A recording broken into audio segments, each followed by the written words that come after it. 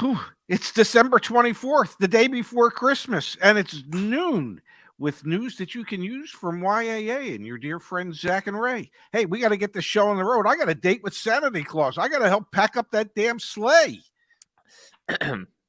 Really? No. It is a little bit warmer where you are, though, so maybe you'll leave the house today. We'll see.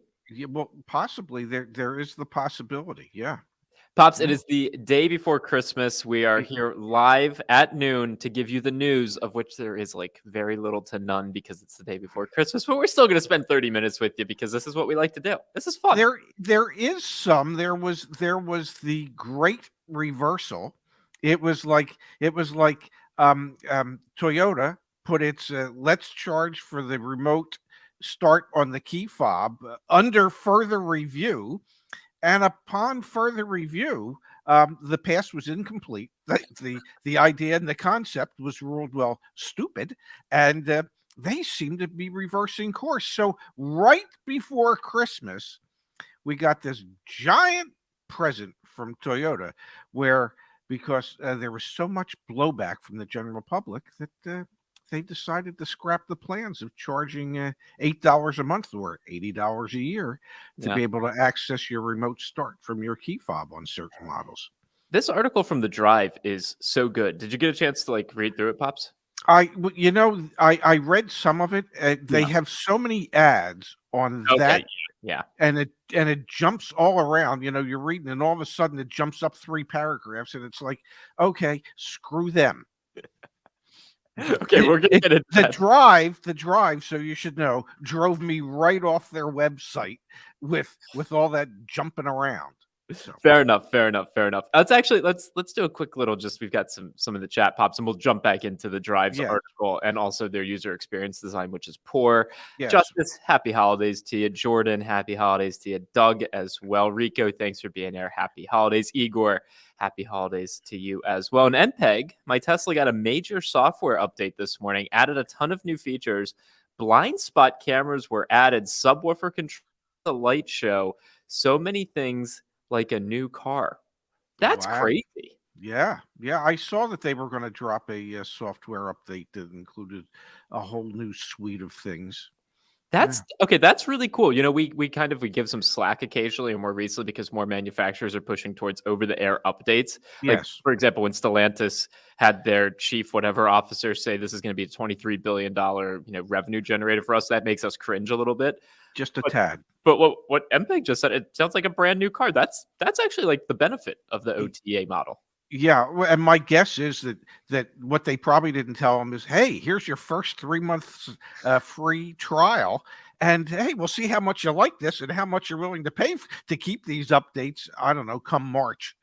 Yeah, that's a good point. I don't know that that's really the case. Yeah, but I'm guessing it might be.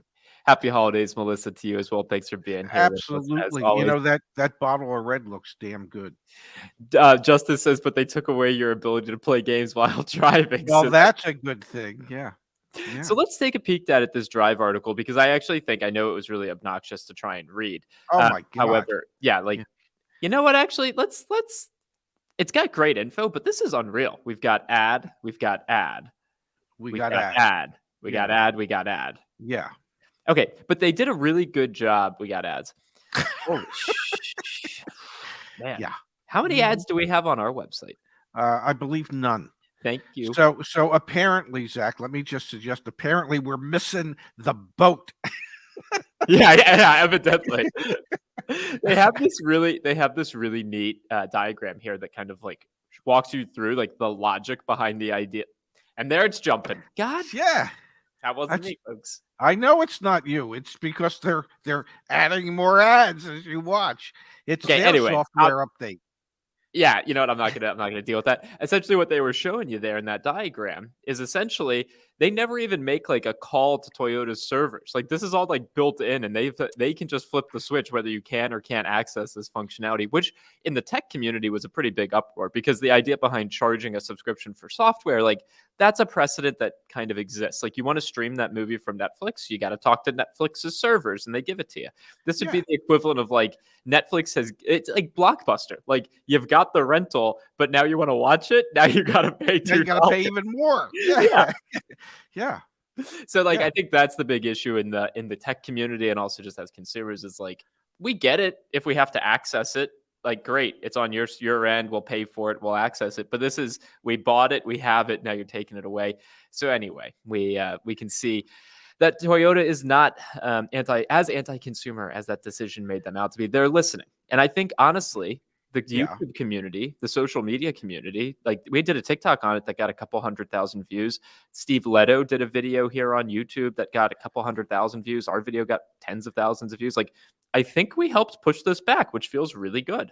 Oh, absolutely. I anybody that is on YouTube and takes a stand against these types of actions from these manufacturers, what it proves is that there is strength in numbers. As an individual, if you complain, it means nothing to Toyota. However, if your voice is joined by millions of others, suddenly, well, Toyota wants to hear what you have to say, because this can impact future Toyota sales. This can impact Toyota brand loyalty. So when one person complains, it means nothing. When millions of us all gather together in this marketplace of ideas and social media, it can drive an impact. It can change things. That's the whole concept behind what we're trying to do with how dealers operate and how they treat their customers. The whole industry, Pops, the whole industry, right? Which is why, if I may, why we own the website name don'tbuycars.com. Because if millions of people would stop buying cars. Yeah, you got the domain name wrong, but I think the sentiment was there. Well, what the hell is the domain name? Don'tbuycars.com. No, you just said it again. That's still not it. Stopbuyingcars.com. There you go. Okay, whatever the hell we came up with that. Yeah, stopbuyingcars.com. But the idea is if millions and millions of people take themselves out of the marketplace as a protest to the values and prices that are being asked for these vehicles, then suddenly there's strength in those numbers, and dealers and manufacturers will suddenly do everything they can to reverse that trend. So it's the whole concept works if we all kind of band together. So, Pops, we've got a comment here from Jordan that I think is timely. Stop buying cars, start buying mopeds. I don't know if you saw this. I'll share my screen very briefly. There's a startup company called Ola that makes electric scooters.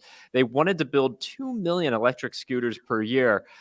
I don't know if you saw this article from Electric. They've been able to produce 150 a day. So I don't know what that run rate is, but it's certainly not 2 million. So we're facing the same challenges in all types of manufacturing of any type of vehicle. Because I think actually there's a huge demand for mopeds and scooters. There's big bikes, electric bikes as well. But everyone's struggling to produce them, which is fascinating. Absolutely. And you know my saying when it comes to mopeds.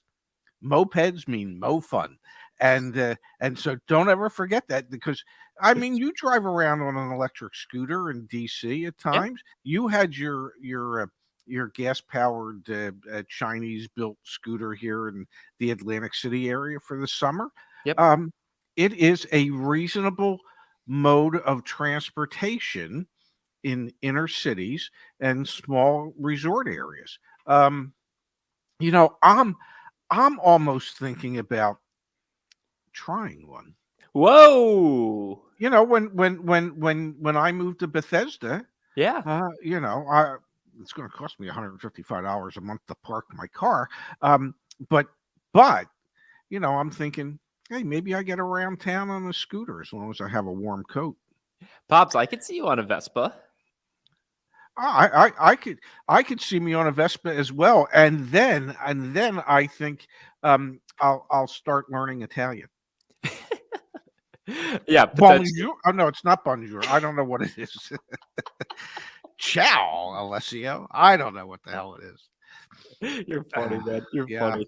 yeah. All right, so Get me that Peroni, buddy. I've got one other thing queued up for today's show, Pops. Then we can kind of just take this in whatever direction we want. I've got an idea for what we could do, but I also want to make sure you feel cool with it. So, anyway, the one other thing that I've got actually is deserving of. Really? You gotta be kidding me. Not sure if you saw this, Pops. This comes by way of Jalopnik. If you see a Jeep Wrangler 4xe with a missing odometer, you probably shouldn't buy it.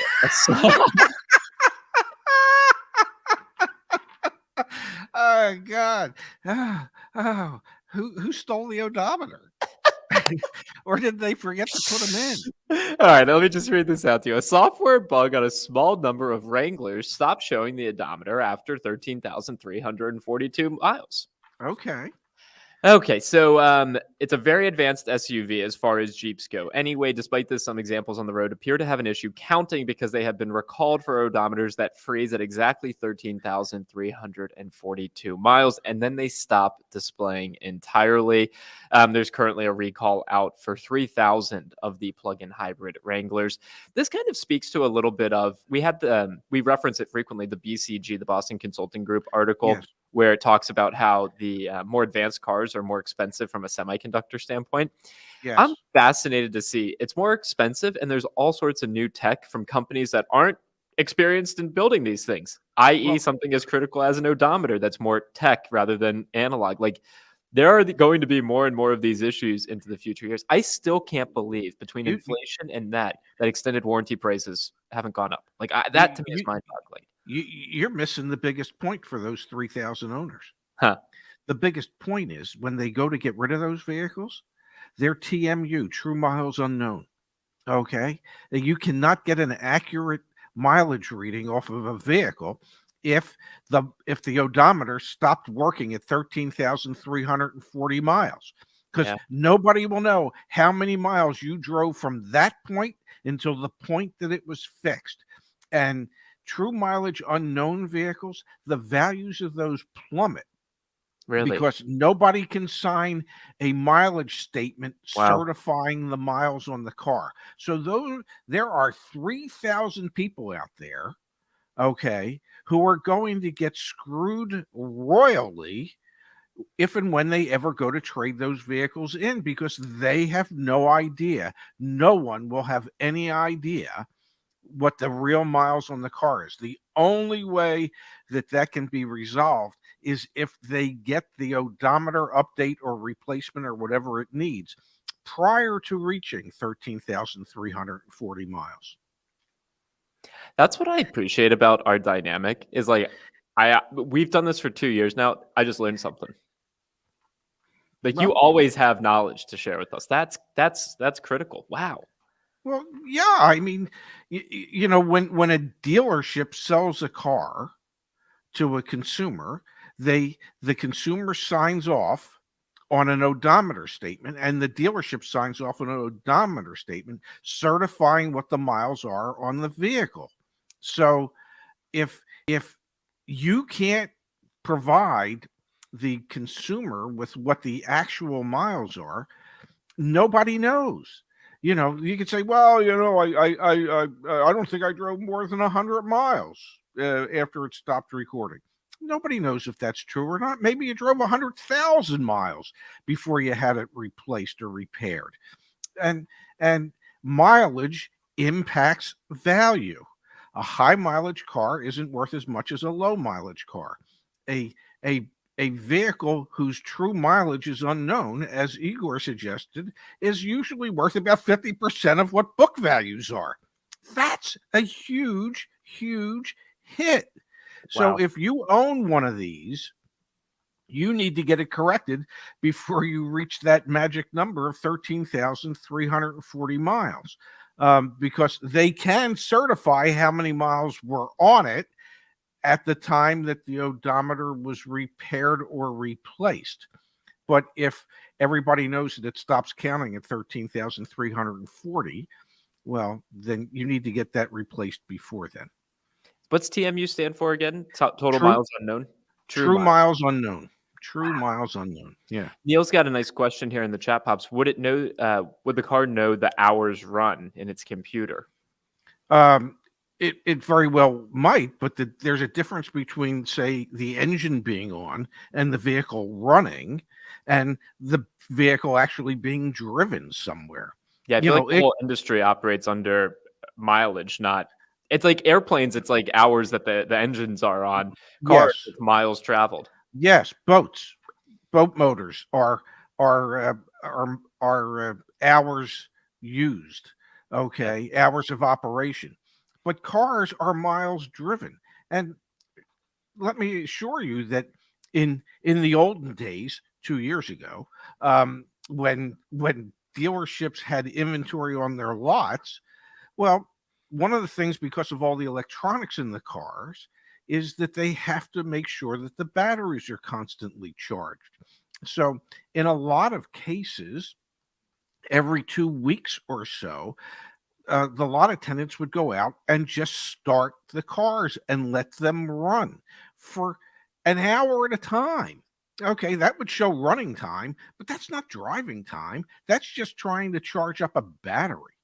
Okay, and keep the battery charged so that it won't fail prior to selling the car. So yeah, you could probably, the computer can probably track how many hours the vehicle was on, but if it can't adequately track the miles that it was actually driven, that's a real issue. No, that's a major, major issue. And I'm really glad that I was just laughing because I'm like, this is hilarious. But you're dropping some knowledge bombs here. Like there's a lot of for those 3,000 people and all the people who have those vehicles that haven't yet experienced it, yeah, it's a major thing that could affect their pocketbook in a big way. Absolutely. I was laughing too, because it's kind of ridiculous that they haven't that they hadn't figured out. But I also get that the problem didn't rear its ugly head till the vehicles hit 13,340 miles. Nobody knew. Let's hit on a couple of these question pops. So Alex says, with an unknown mileage, how do you manage maintenance intervals? What do you mean? how do you, if you don't know, you don't know. So if you're supposed to get the oil changed every 5,000 miles, but your odometer is broken, then I guess you're just going to have to go by time, and you're going to have to estimate how many miles you drove. But it's not a good idea if you have a vehicle and the odometer has an issue. It's not a good idea to wait to get it fixed. The longer you wait, the worse it gets. Igor says TMU cars are worse than salvage title cars. No one wants to trade them. Is that, you agree? Yes, because how do you certify miles on them? What do you tell the customer? What do you tell the next customer? Hey, well, the odometer shows it's got 10,879 miles. Of course, it's a 2013, and I'm sure it was just driven by an old lady driving to church on Sundays. Oh, and the odometer was replaced 3 years ago. I mean, JNLW wants to know, does TMU show up on a Carfax? Yes, it very well can. That's good. That's good. Yes. That it'll show. And also on a Carfax, I mean, I've seen it any number of times, and I can assure you, Igor has seen it any number of times, where you will see a mileage discrepancy notated right on the Carfax, where it'll show a service at 10,380 miles.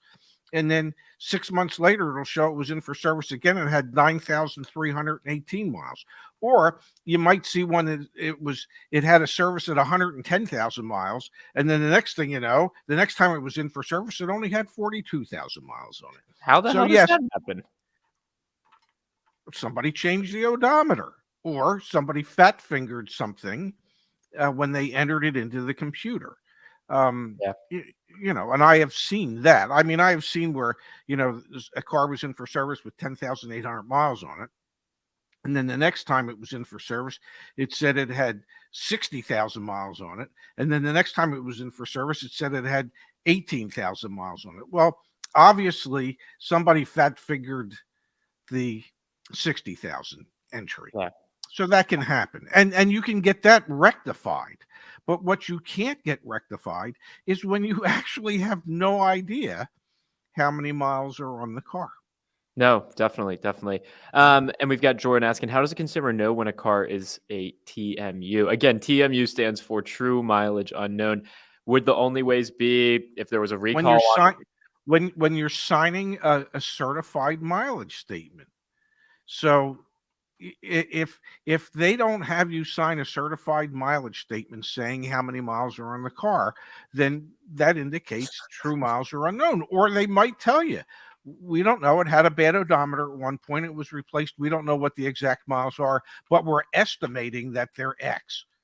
Well, if you're foolish enough to accept X, then go right ahead and sign. Yeah, gotcha. Wow, Yeah. crazy. That's really interesting, Dad. And it's a shame that that's happening right now with this brand new Yes. Jeep 4 Yes. XDs, but craziness, absolute craziness. They should And quote you in that article. Like you could have provided so much info in that article. I don't know. Reach out to us, Jalopnik. Like we would have contributed to well, that. that was the first thing that crossed my mind. Yeah. Is that these vehicles could certainly become TMU, true mileage unknown, which severely negatively impacts their value. And so, if you haven't spent any time in the industry, you wouldn't think of that. It No. wouldn't cross your mind at first. But as soon as you said it, that was my first thought. These poor people. Yeah. The guy the first person that it happened to is screwed. Literally. Does that open up like lemon law type stuff? Like, is it that serious or no? Well, lemon law is it's got to be brought back for the same issue a number of Multiple times in a times, certain period of time. Yeah. So no, This I is just don't know. bad luck. Yeah, I am sure that our dear friend Steve Leto, who I don't know at all, and he doesn't know us, but I am sure that he can have a great time suing Jeep on behalf of a customer that this might have happened to, because how do you ascribe what the loss of value is going to be? Yeah. Okay, and get them to pay for it because it was a failure of their part. Speaking of Steve Leto, but not actually Steve Leto, Yes. I Okay. spoke with David Chow yesterday, who runs Automotive Press, the YouTube channel. He's a supply chain expert, like legitimately a supply chain expert. He Teaches it. he teaches it and he works professionally in it. Like that's his career. Yes. We're setting up something for I think second week of January. We should have a video dropping, or maybe third week of January a video Cool. dropping with David. So really excited about that. If you haven't checked out Automotive Press, go check out his channel. Very in depth and a lot of insights on Toyota. Yes. Him and Ahmed with the car care, not AMD. Like those are the Yes. Toyota guys on YouTube. I guess Scotty Kilmer is too, but Ahmed and David with Automotive Press. We're excited to have. I don't want to anger any of the Scotty fans out there because I know there's millions of them. It's Christmas time, Dad. You gotta be careful with what you say. All I'm going to say is share. Ahmed and David Chow, they bring a level of professionalism to their discussions that might not necessarily be seen on some other channels. How about that?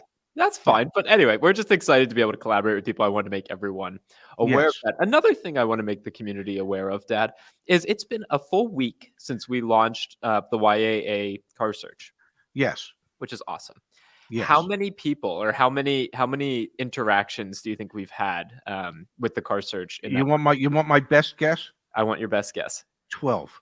No. No. 12 is my favorite number. What do you think? Come on. How many people do you think have interacted with it? I don't know, 2,000-3,000. All right. I'll share my screen with literally everyone because that's my style. That is your style. It's gotten 10,896 page views in a week, Dad. Wow. That's incredible. Yes. Let me know when we do that in a day. Okay, well, I don't know how the hell we're going to do that in a day, but like maybe in a year we'll get there. But yeah, Wow. Over 10,000 page views. So it's like 7,500 people have searched for cars back on Join YAA. That's the biggest holiday present you could ever give to us. Like we're thrilled to see that. That's a heck of a lot more than 12. That is a lot more than 12. Yes. Yeah. Well, that's very good. That I'm very really is, excited and about that. that's exciting, and it helps to validate what it is that we're trying to do, and the amount of investment that you and your team have made in trying to make that happen. Yeah, so I wanted to make everyone aware of that. Thank you for checking it out and using it. And if you share it with a friend or anything, that means a lot to us. The other You thing, can even, may I say something? Hmm. Share it with your enemies. We don't care who you share it with, just share it. Okay, the more you share, the better off the world will be. Let's go. Get on the stick, ladies and gentlemen. Send out that link to everybody you know. Check out www.joinyaa.com listings. Okay, slash nope, listings, something nope, listings. that's not Just go to slash cars, slash cars, join www.joinyaa.com slash slash cars. cars, Cars. Just cars. send that link to everyone you know. Please. Please, please, please, because the more people that use it, the greater impact we can have on the industry that we're trying to change. 100%. The other thing that I wanted to bring up, which is going to be something new for next year, we're starting car reviews. End of January, we're going to have the first few car reviews come out. We're going to be filming a lot of them in January once my dad moves here to Bethesda, which we're really excited about. And so we've got. Well, speak for yourself, buddy. I'm really excited. You might be excited that I'm moving to Bethesda. I'm not nearly as excited as you are. Come on, it'll be fun. You'll be in the office. We'll do reviews together. Like, it'll be a good time. Oh yeah. No, I'm because there's no better time to be in the Washington D.C. area than the winter time. Come on, man. Well, and yeah, we'll enjoy it. Well, it'll be good. So it'll be fun. I might even bring snowshoes. I don't know. Here are my two questions or my two asks for the community. One, if anyone has any connections to manufacturers to help us get cars, send me an email, zach@joinyaa.com. We could use all the help we could get because currently we have no relationships with any manufacturers, so it'd be great. We're going to rent cars off Turo. That's what we're going to be doing. And so I'm like soliciting from the community. If you have suggestions for cars that you want to see us review, let us know. I think the first few that we had talked about doing, Dad, the Genesis GV70. Yes. We're really, really excited to review that. I think we had like a Volkswagen Atlas on the list. I don't know. We had quite a few on the list. Yes. Yeah. You have like 15 or 16 or 17 vehicles on the list. And some you have on the list just for the sheer joy of watching me try to get into and out of them. Yes. And so just to make everyone aware, what we're going to be doing with the car reviews, like we know our lane. Like we'll give all of the information, obviously, but what we're going to do is really our shtick in the car, share with you our experience. Obviously, my dad's angle will be a lot more towards like, how functional is it? How easy is it to use? Go ahead. Yeah, because one of the things, at 70, that makes me a septuagenarian, I believe. So one of the things that we should review is how easy it is to use the infotainment and other tech features in a vehicle for a septuagenarian. It's one thing for a 26-year-old to know how to figure this stuff out because they've lived with screens all their life. And it's quite another for someone my age who can't figure out how to power off or power on his Google phone. Yes, so we will have that as an angle. Like it'll be really fun. Anyway, if you have suggestions for cars that you'd like to see us review in the new year, like I said, we're going to be starting kind of in the middle of January. The first one's out maybe like first week of February, maybe a little bit before then. Those were the things I had to share, Pops. I had another idea for what we could do, but it's already been half an hour. It's Christmas Eve. We should give people time back in their days, I guess. I think that would be the right thing to do. Well, you have always been big into rap. And I want you to know that today is probably the biggest rap day in human history, which is the day that everybody goes out and wraps their Christmas presents. So let's, as a group, let's all unite and let's rap the hell out of the day. How long you been holding that in? I just thought of it. You don't understand. I don't have to. This stuff just comes to me in the spur of the moment. It literally just came to me. Blake wants to know, what are we doing for Christmas dinner? We're live streaming over on the YAA channel, so you can see what we do for Christmas dinner. Listen, if I may say, and I don't want to offend anybody, but what Jews do on Christmas is Chinese food and movies. Okay, that's what we do. Okay. Did I offend anybody? We'll find out in the comments later. All right, Pops. I love you. I appreciate you. Enjoy the day. I'm gonna go for a run. It's absolutely beautiful out here. You do that as well. Tomorrow on the YAA channel at some time, we're going to be going live. If a couple people join us, it'll be a good old time. We'll have some fun. Otherwise, we'll see you back on Monday, 12 Eastern, 9 a.m. Pacific. News you can use. Join YA.com. Appreciate everyone and happy holidays. Yes. Merry Christmas for those who celebrate Christmas. See you, Pops. See you later, handsome.